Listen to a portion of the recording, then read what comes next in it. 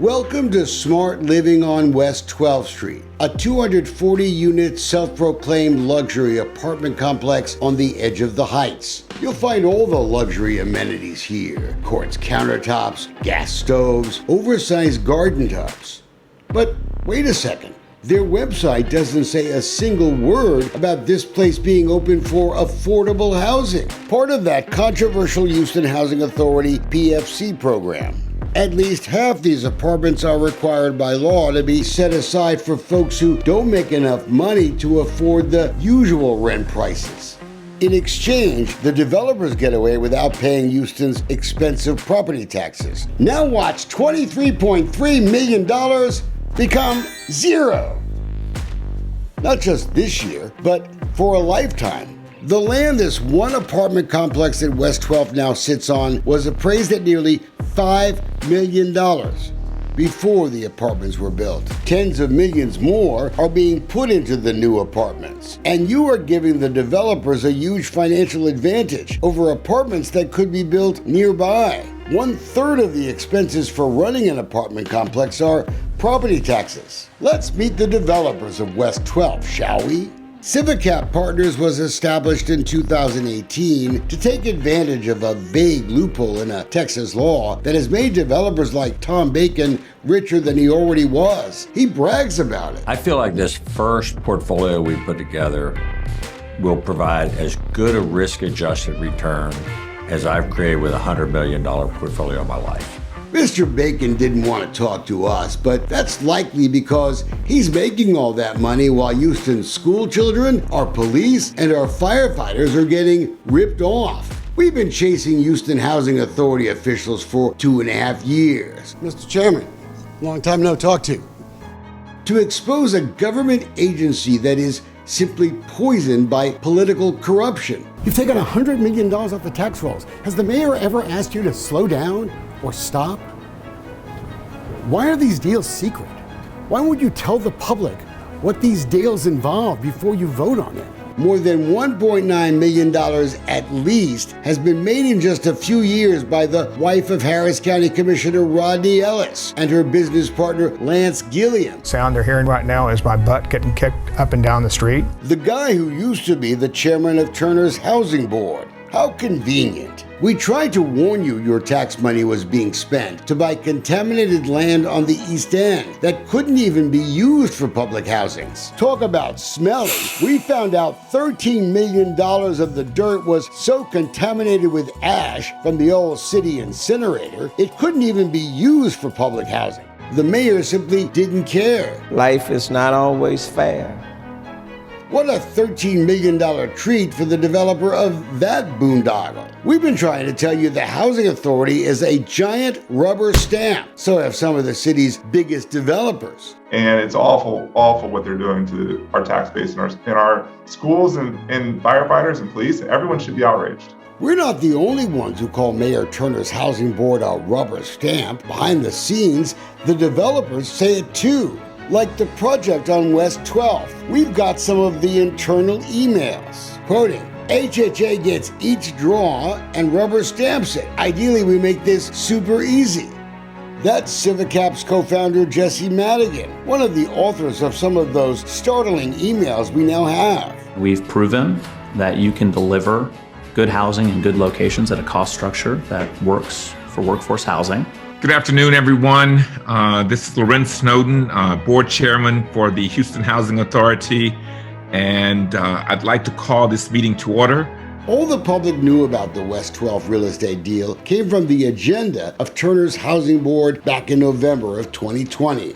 I'll entertain a motion to adopt resolution number 3223. So move, Ballard. Is there Second, Thomas. Is there any discussion? If there's no discussion, are there any objections to adoption of resolution number 3223? Hearing none, the resolution is adopted.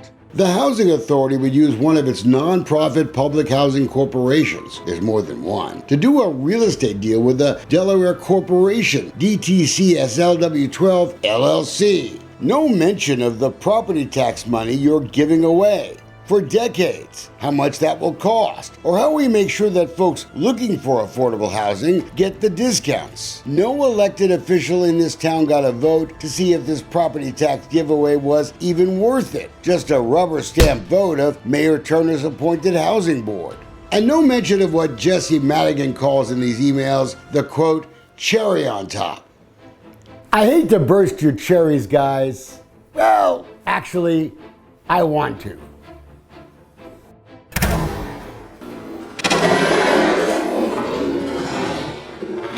The Housing Authority's Lakeside Place Public Facility Corporation, or PFC, doesn't just get to give away millions in property taxes. It also gets to give a sales tax exemption too. But in this deal, that's really just a front for a private company who wants to avoid paying lots of sales taxes. Quoting, "We are holding out the Housing Authority Corporation as the general contractor, even though RAH is technically doing all of the work.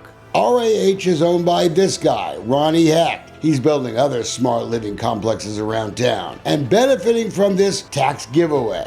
We went back and watched the public meeting. You didn't hear a word about that." Well, to me, that's a question for the PFC or the Housing Authority. I can't answer why they do that. Civicat isn't talking, but we learned something else in these interesting emails. The Housing Authority actually wants a take for the use of their sales tax exemption. You know, a piece of the action. Quoting, HHA shared that their take on the sales tax exemption is 25% of the savings, which surprised me, Madigan wrote. He then asked if it offended Hecht. Quoting, "I guess 75% of the savings is better than nothing." The email suggests the Houston Housing Authority just rubber stamps these deals. We now know there have been dozens of real estate projects approved with shockingly little explanation to the public of the cost. I can't opine to that. I don't know. I've never been to a Housing Authority meeting. How in the world do we allow the Housing Authority to profit off tax money that was supposed to go to City Hall instead? Well, to me, that's a question for the PFC or the Housing Authority. I can't answer why they do that. You don't know why they do that? Isn't it something that you guys came up with, not them? No. If all this stuff is legal, it shouldn't be. Look, I've got one of these handicap placards thanks to a head-on car accident 5 years ago. What if I gave it to you and then said, give me $25 back? That would be a crime. This should be too. This whole thing is a scam, and we've known it's a scam for over a year. The email showed the Housing Authority lawyers are totally aware of this arrangement. Look at this email from a lawyer at Loch Lord. But hey, these lawyers, they're all making bank on these affordable housing deals. Houston has the 5th most severe affordable housing shortage in the country. We looked at 35 closing statements of completed Housing Authority PFC transactions. Loch Lord made more than $1.2 million. Coates Rose cashed in on 35 properties, more than $3 million. And of course, we're not shocked to see another name on many of these closing statements. Waterman Steel Group, Lance Gilliam, and Commissioner Ellis's wife, Leisha. They've pocketed money on at least half of all HHA PFC transactions. Of course, we can only see closing statements. Who knows what else they made? There's more than 300 phone calls between you and Leisha Ellis in a year having to talk about HHA business. You talk to her more than I talk to my wife, and I love my wife. So can you tell me why she's so influential in where we spend money for public housing? We've been talking about Lance Gilliam and Leisha Green Ellis from the very beginning, exposing their unusual influence on public housing. Waterman Steel Group was paid $90,000 just to broker this one deal. That sounded pretty brokered without them needing to even be involved. Now the Housing Authority is fighting us to hide email communications they have with Gilliam and Ellis. Many of the housing commissioners have illegally defied state law and are hiding their phone records. But these explosive emails we have are now in the hands of the FBI, the HUD Office of Inspector General. Maybe they'll burst this cherry.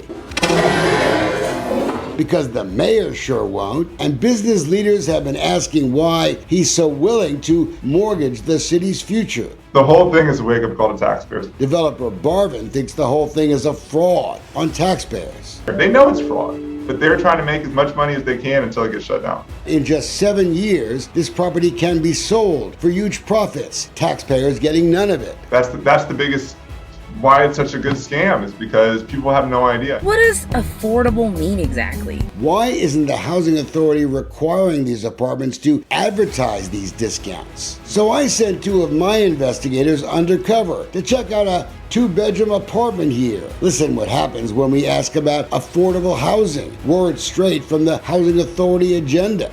We do have a unit available, like with all of our apartments. I have a rent price that is based on your income. That doesn't include like affordable housing? No. Apparently the term affordable housing is like a bad word. We are told we can get a $200 discount here on a 2-bedroom apartment if our salaries combined are low enough, but the rent is still more than $1,400 a month. Our visit raised other questions. Who makes sure these developers actually deliver the affordable housing they've promised? I would be very surprised if they have a mechanism to audit these properties on compliance. In fact, HHA washes its hands of these real estate agreements after they're done. The West 12th Agreement says it will be left to the Harris County appraiser to keep track of these exemptions. The HHA washing its hands of enforcement, and the developers, they clearly know it. HCAT tells us there are 67 apartment projects that are getting a tax exemption. None, we're told, have been audited. We're at the ground floor now, what I think is going to be a multi-billion-dollar business. It's like CivicApp's Jesse Madigan tells us in his emails when talking about the financial details on the West 12th Street deal. Quoting, "I don't think anyone ever looks at this again." End quote. Well, Mr. Madigan, think again.